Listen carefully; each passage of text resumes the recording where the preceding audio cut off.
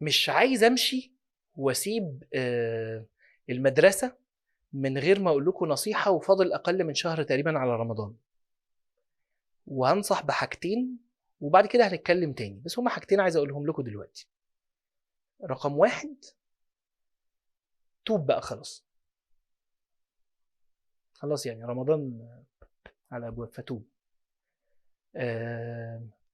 ربنا بلغنا رمضان، بس انت مش ضامن، لا انا ولا انت ضامنين ان احنا نبلغ رمضان. هو رمضان جاي ان شاء الله، كده كده هو جاي. انا بقى هوصل ولا مش هوصل ده موضوع تاني، فاسال الله عز وجل ان يرزقنا واياك العمر الطويل والعمل الصالح. بس توب بقى خلاص، كفايه.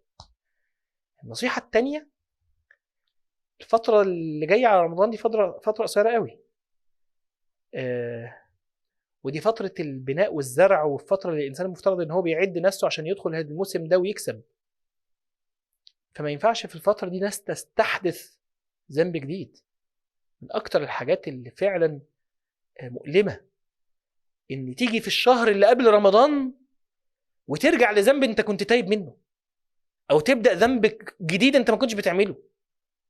ده انت المفترض ان انت تتوب من اللي انت كنت بتعمله، وتوبوا الى الله جميعا ايها المؤمنون لعلكم تفلحون. لا ده انا بستحدث جديد او برجع لحاجه قديمه. طب ليه؟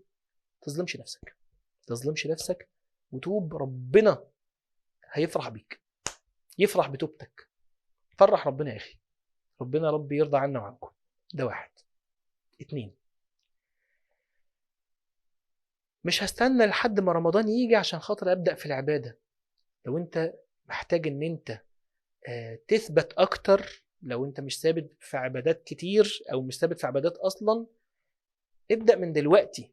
بلاش رمضان يجي وانت بتبني كل حاجه من اول وجديد، وبتاسس من اول وجديد، وبتعمل كل حاجه من اول وجديد. ما تبدا دلوقتي. خلي رمضان للكمال، خلي رمضان للارتقاء، خليه للارتفاع الشديد جدا. خلي الموجه تبدا دلوقتي توصل لقمتها في رمضان عشان يغفر لك بقى.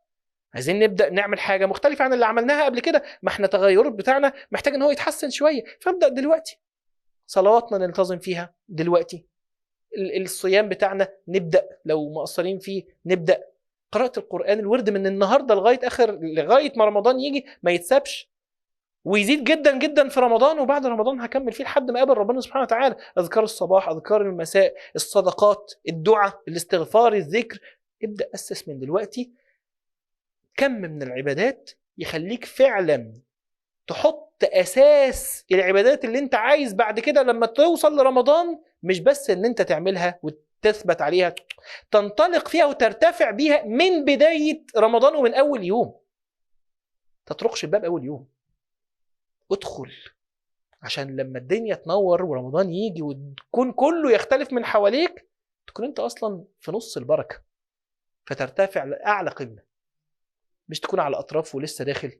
هتطولك البركة برضو، ولكن فرصة بقى واحنا موجودين دلوقتي. فلو سمحت حاجتين، نظف اللي محتاج يتنظف قبل ما نروح، عايزين نروح ننظف.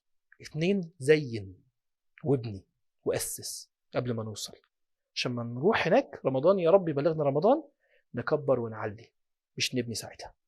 ويا رب يهدينا ويتوب علينا ويرزقنا الإخلاص في القول والعمل، ويا رب يبلغنا رمضان. جزاكم الله خيرا، والسلام عليكم ورحمة الله.